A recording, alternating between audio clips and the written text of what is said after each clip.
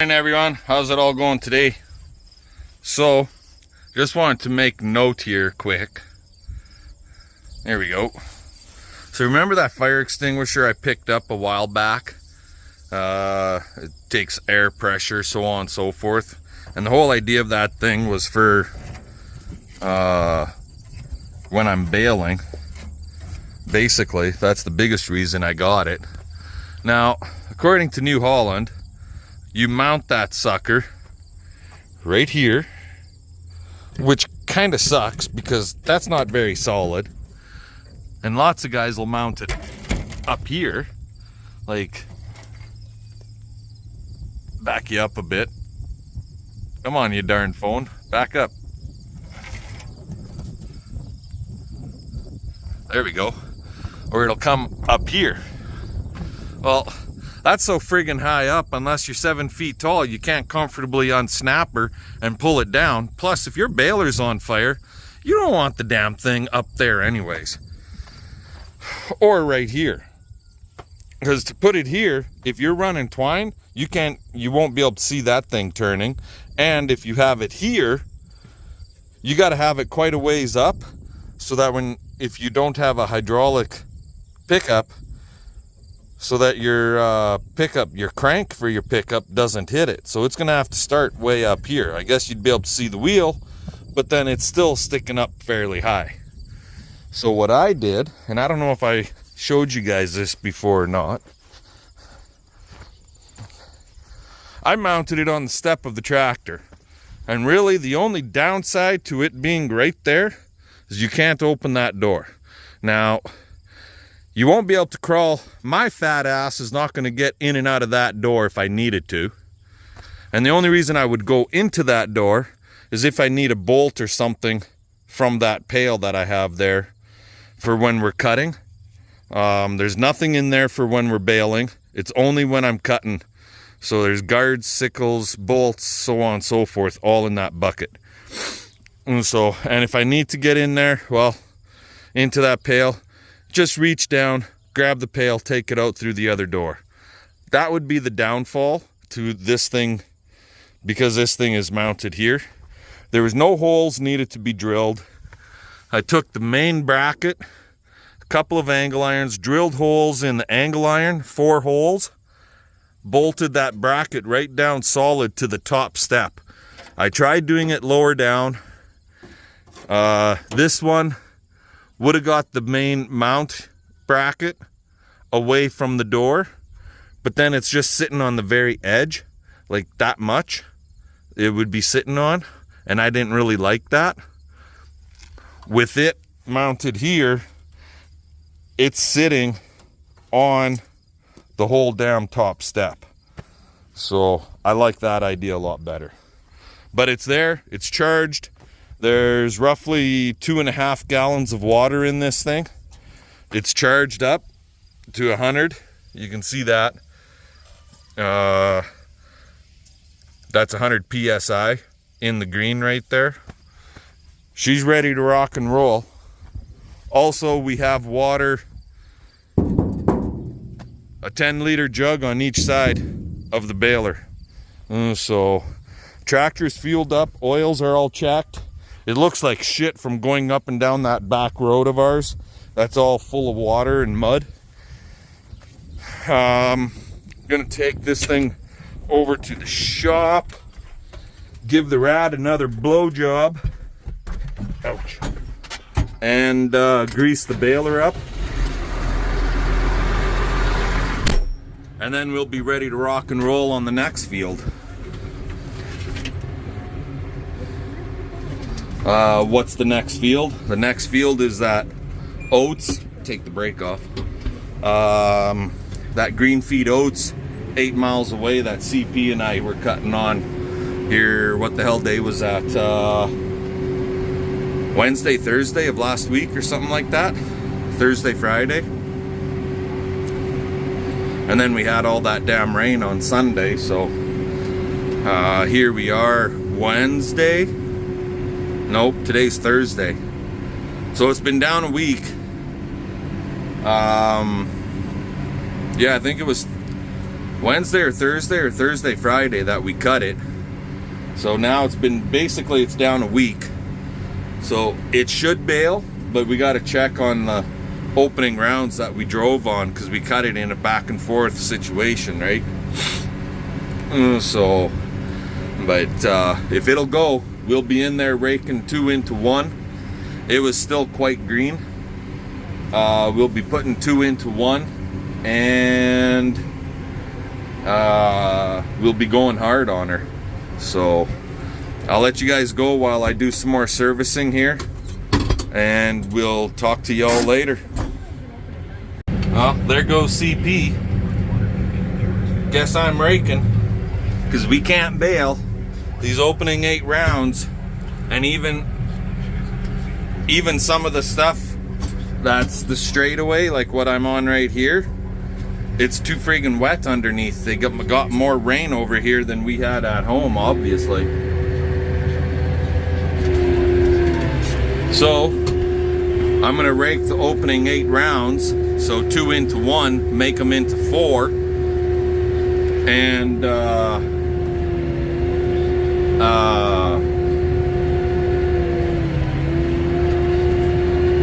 we'll give it a couple hours of dry down time, and then go from there. And that's what it looks like. It's gonna be a big swath.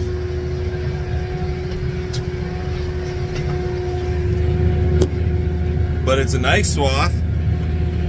There you go. It looks good.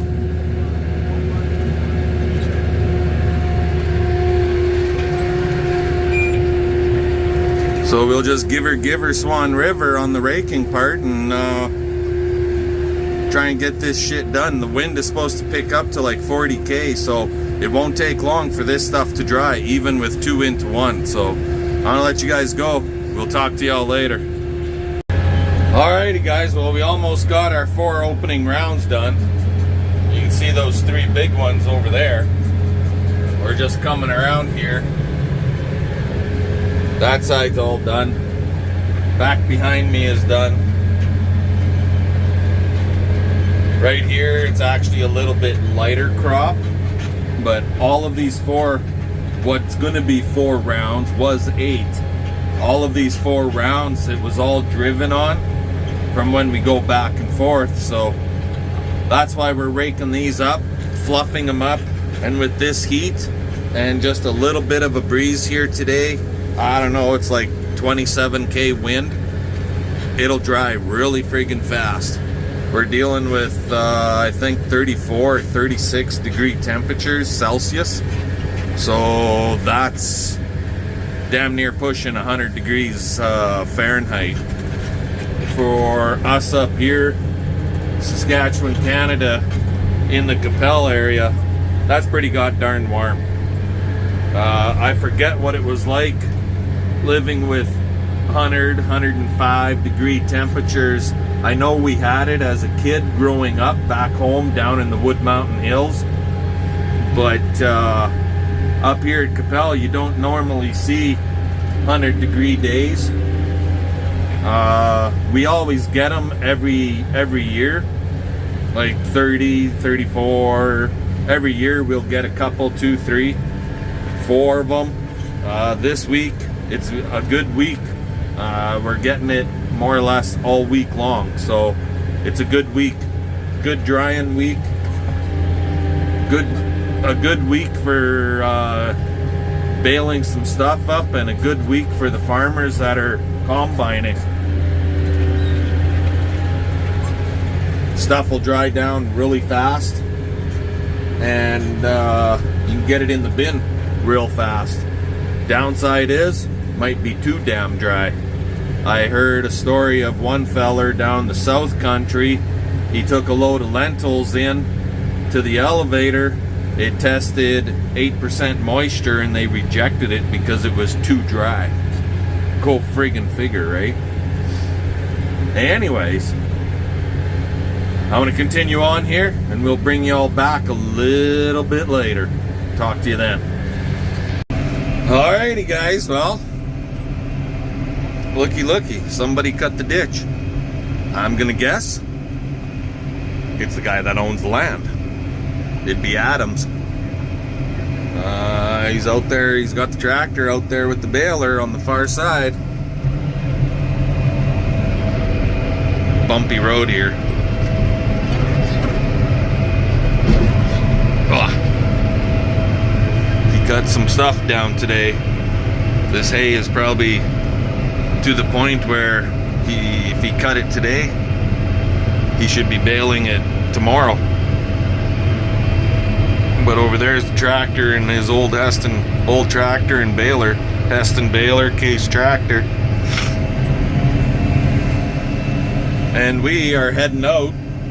This Adam guy is actually landlord to where we were raking this morning. And now we are heading out. There's the baler. We're gonna try getting some of that stuff baled up. Mr. School Bus Man is coming behind me. Tristan showed up at our place here this afternoon, so I got done raking, went home, had some lunch, sat around, visited with him for about an hour, and here it is, 3:30. We're heading out to the field, and yeah, we're gonna try getting some stuff baled. So, and when we relaced those belts yesterday, I just noticed today, I stopped to talk to a grader operator about our side road, and I noticed the one belt was put in wrong. So I'll show you guys what not to do with a New Holland BR780 round baler when you're installing your belts. Anyway, when we get to the field, I'll bring you guys back later. Alrighty, so when you're lacing, putting your belts in, don't do this. You see this big red bar here? That's a support bar for your tailgate. Make sure that your fucking belt goes on this other side, not this side. Kind of fucked that up. Lucky I didn't rip that friggin' belt out yesterday, because we made about 20 fucking bales with it. There we go. Now we got to move that fucker around and get it relaced. I gotta fix this, I guess. Yeah, that ain't gonna go in. Okay, I'll bring you guys back later. Alrighty. Yeah, baby, this is what it's all about. Making freaking bales like a hot damn here. And there's number 3 or 4 already.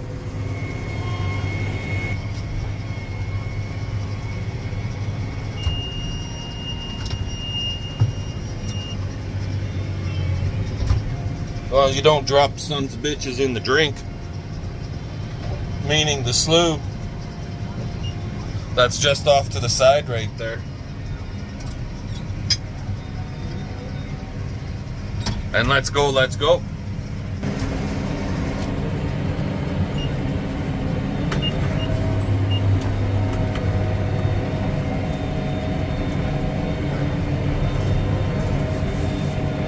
I'm anticipating roughly 20 to 25 bales, I'm hoping anyways, per round.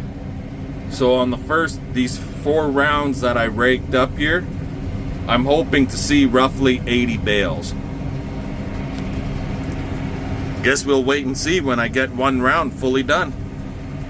We'll talk to you guys later. Guys, well,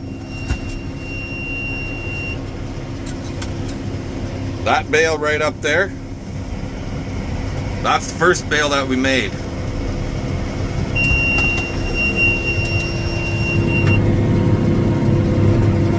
And this one finishes the row off, that full round. We're only about 70 yards, maybe 100 yards from our actual starting point. That bale over there, and it just comes along the trees around behind us to where we are right now. So roughly half of this bale is second round, but how many bales did we make? 27. There you go, 27 bales on the first round.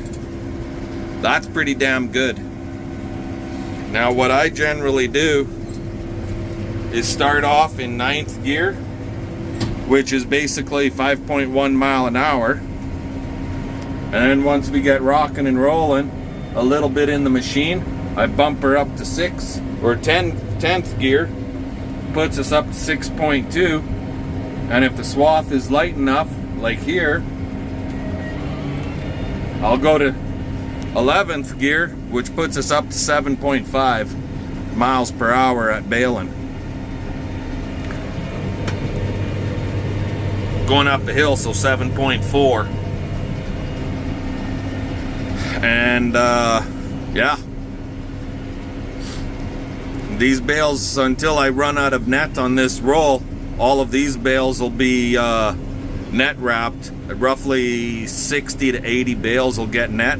After that, we'll switch over back to twine, because I don't have the second roll with me. Anywho, and we're gonna be having to stop here right away. 64, 66. We're making them 5.5 feet high, so 66 inches. And I gotta back up, kick these suckers all out to the edge of the field so they're out of the way for when CP comes along and starts raking the rest of the field. That's the whole idea of getting the opening rounds done. Anywho, I want to keep on baling. We'll catch you guys later. Alrighty guys. Well, we're on to twine now.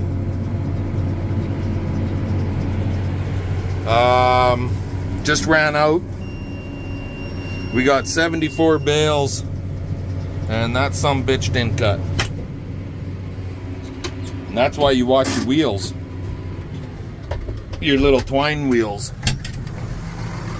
It's probably got a bunch of shit in the knife, and that would be why it never cut, because there's a pile of crap in the knife. So then you gotta get out, you gotta come over here. So this is your twine wheel. You gotta watch them, some little buggers. He's kind of dirty from the mud from that shitty fucking road of ours, but you see here all this friggin' crap in here. There's a bunch of friggin' crud inside that. So, and sometimes it takes two hands. I'll see if I can do this for you.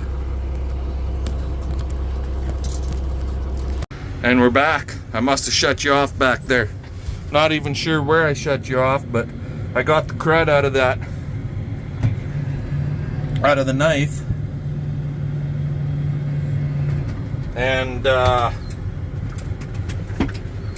now we'll bale with twine, because I'm not driving 8 miles home to get the other roll of net. So that's the nice part about having that option. I do have a excuse me, I do have a net box, a spare box on the back of the baler, but it ain't very good. It's been dinged a few times, and it's actually zip tied shut. So we I only run with one ball of net right on the machine, and that's it. Twine in the boxes, and when you run out of net, you just hit the button, go to twine, and yahoo, you're good to go, right? So we got to finish this number 3 round, and then number 4 round. The wind is picking up and it's getting really dry on me, and so I'm gonna let you guys go, and we'll continue on and see how many bales we get when we're done these opening rounds. Like I said earlier, we're up to 74, 75 bales, something like that now. So that's pretty damn good for 2.5 rounds. Talk to y'all later. Alrighty guys, we're still not done. Just kicking another bale out. And I dumped him off to the side over here so that he's basically just grouped up with these other ones. So there. How about that? Net wrap, twine wrap. Looks pretty fucking good if you ask me. Even for twine. Downside, takes longer to tie. A lot longer.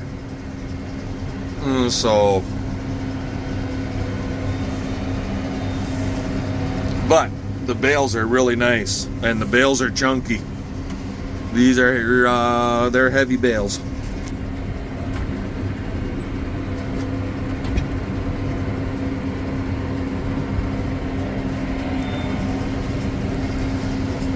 Well, we got to do another 2 rounds around this little piece out here, and another 2 rounds around that piece out there, I think.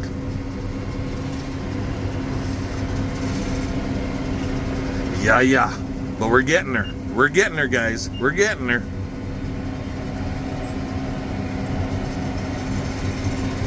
Oh, careful. Careful.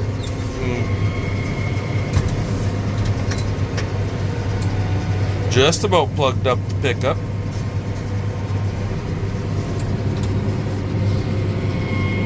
You know what? I'm not 100% sure, but for a second there I thought I smelled fucking smoke.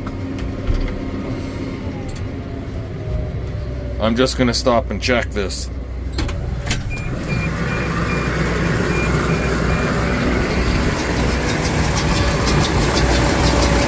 Nope, just dust.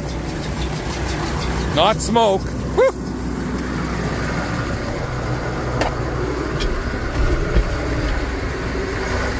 Gotta have all your senses working when you're fucking baling with a round baler. So, anywho, give her beans, give her beans.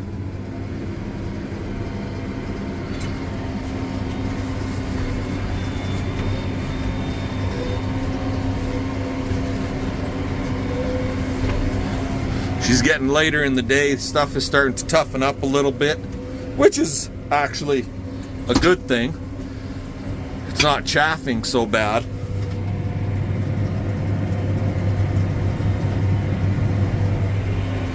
It's working good. Alrighty, I'm gonna let you go. We'll bring you back when we finish this damn field, because we're up to 97 at this point. So, talk to you guys later. Alrighty guys, well, we got those opening rounds all friggin' bailed off finally. Just kicked the last one out. CP is here to pick my fat backside up. How many bales did we end up getting on those opening 4 rounds? 113. So if that's any sign, she's gonna be a good day tomorrow. We'll finish this off. We'll be pushing 200 out here. I'll bring you all back tomorrow for the excitement. Talk to you then.